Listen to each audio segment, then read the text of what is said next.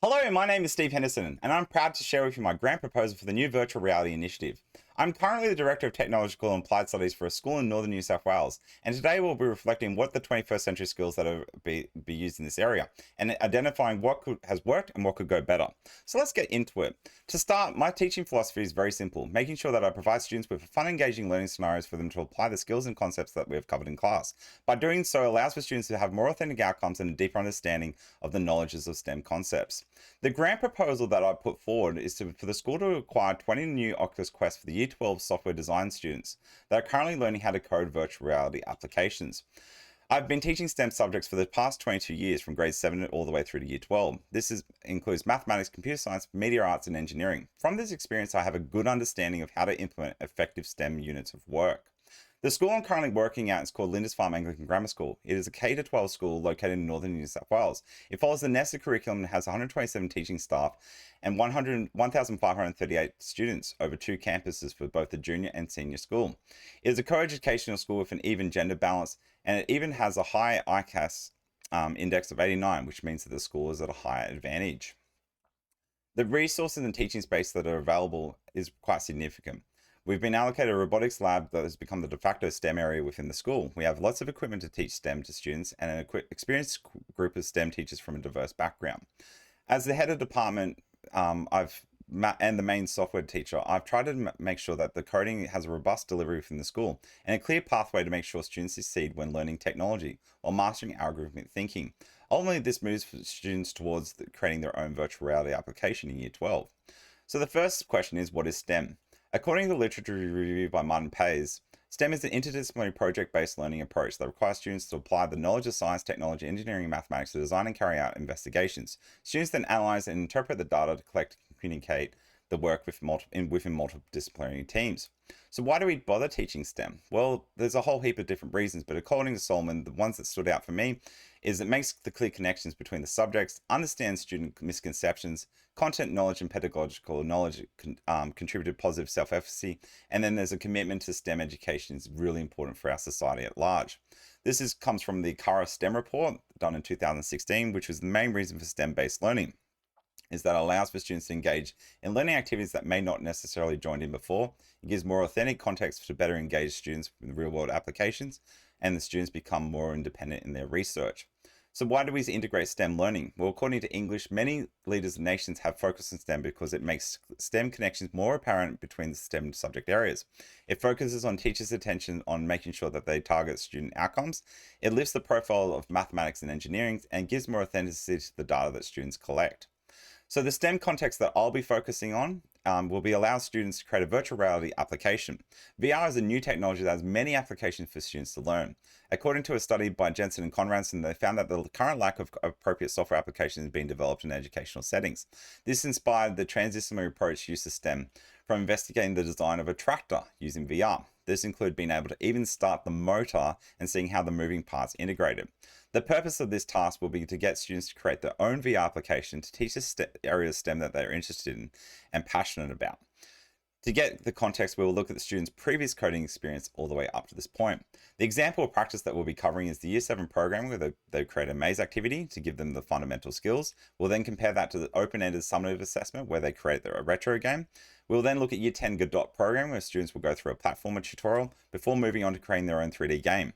Finally, we'll look at the virtual reality project that students built on the fundamental skills to create an application to simulate a STEM concept. But what about the pedagogies we're going to cover? Well, there's a specific content that STEM covers is quite broad, and there is a lot of genuine overlap between the different areas. There are many pedagogical frameworks available, but I'll be focusing on the ones that are most useful for our STEM students. All Year 12 students in software design must focus on the software design cycle, which includes defining and understanding the problem, planning and designing the problem, implementing, testing and evaluating, and then lastly, maintaining. This has lots of overlap with other STEM frameworks, and throughout this process, I've tried to identify the ones that help empower the software design cycle as it's implemented in the classroom. They will ultimately use this framework for their final VR application. The Pulley System was really interesting, one that we went through in class, with the Kelly and Knowles putting forward a really well thought out framework, where you try and identify where the bigger wheels in the Pulley System are to help pull up this situated STEM learning. As a head of department, I now get my STEM teachers to identify and talk through with their students what are the main areas in their STEM of their projects. By identifying the size of the wheels, it allows for teachers to work out the overlaps that happen. With virtual reality application, the main focus will be focusing on the technology, but students will need to work out the impact of the other wheels to create the system. Design thinking was the next one that I found, which was quite interesting to extend on the software design cycle. You can see the two pictures of the rubric inside of my portfolio that showcase this. It starts with identifying the problem or need, researching and ranking the objectives and constraints, developing possible solutions, selecting the best solution within the constraints, constructing a prototype model or solution, testing and evaluating the solution, communicating the results, and then reassessing and revising. This process of using design thinking will help in the formative years before year 12 to help the students master how design thinking works, which will ultimately help them learn about the software design cycle. The 21st century skills that we'll be focusing on, firstly, will be critical thinking.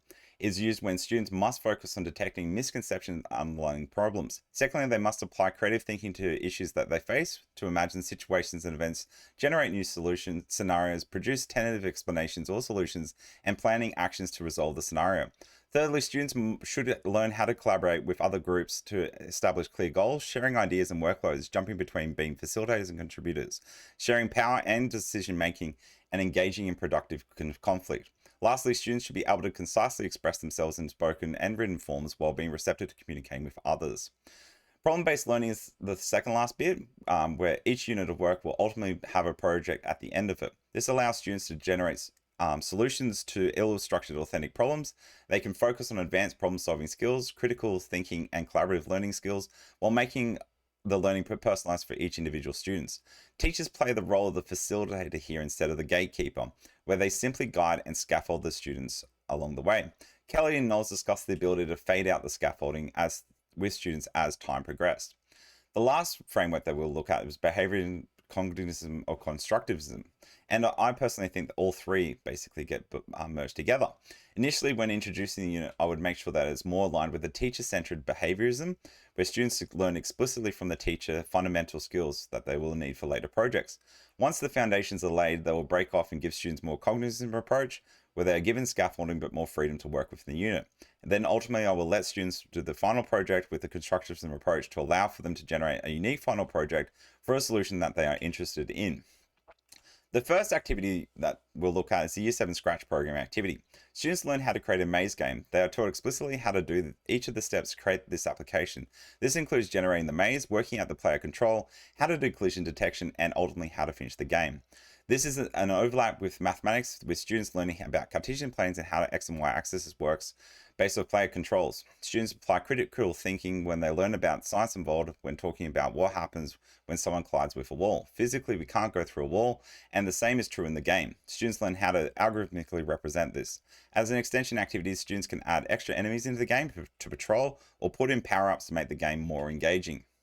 Students will then use the skills that they have mastered from a series of algorithmic activities like the maze game and create their own folio to create their own final project. This includes creating a document that shows how they've researched and designed the game before they started the creation of it. By learning the communication skills, they can spend more time in later grades working out how to do the activity instead of how to apply design thinking. Their individual projects are unique, but follow the same scaffolding of needing a welcome screen, gameplay screen, and a clear start and end to the game. By being explicit here and giving a common need for the students, it makes sure that they are a consistent approach with all the games that they create. When we contrast these two different things, there's some significant difference between these activities. Firstly, the software design cycle is not used in the first activity, as it is a tutorial for the students to follow, whereas the assignment starts to allow for students to start thinking about how to apply it. They both use the same Pulley framework with technology at the core, then math as the calculations to be applied with a bit of science if there's some physics to need to be implemented. The 21st century skills are contrasted with the first activity focusing more on critical thinking when doing the tutorial and collaboration between peers when trying to work out how to do it. Whereas the retro game focuses more on the creative thinking for their ideas and communications to be shown in the documentation how to be done. The maze activity is behaviorism due to its having a set way for the retro where to be done, whereas the retro game is more free for students to choose their learning with a cognitive approach. Lastly, for the problem-based learning, there is none for the tutorial, but the project has the fundamentals of the scaffolding given via a work booklet. Students will then move into year 10 where they have 3 years worth of experience learning about coding. Eventually they will be exposed to the programming framework called Godot, which is a text-based framework powerful with 2D and 3D engine. Behind it, it allows for them to create games or virtual reality applications. It is a perfect predecessor to Unity, as it doesn't have a steep learning curve, and students can use a similar programming structure called GDScript that is very similar to Python.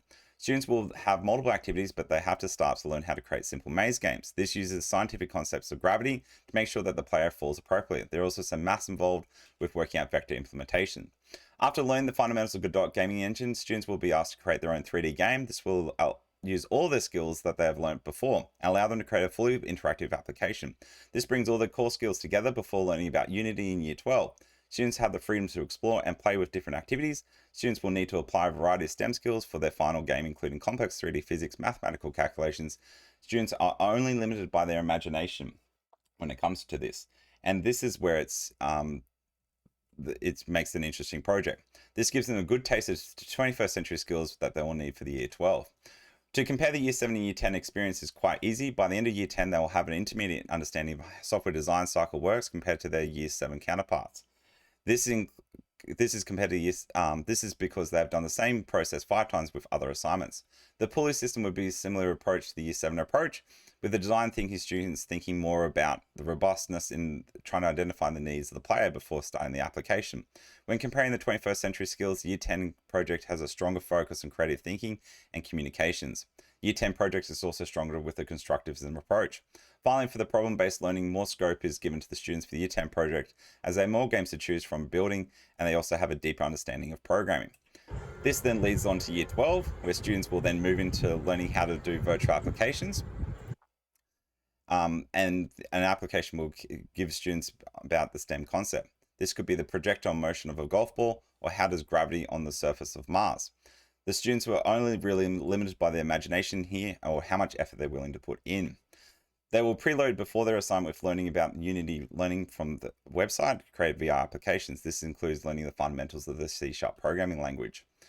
When looking at the chat program framework to analyze what will happen, the subject for me was initially as the computer science teacher.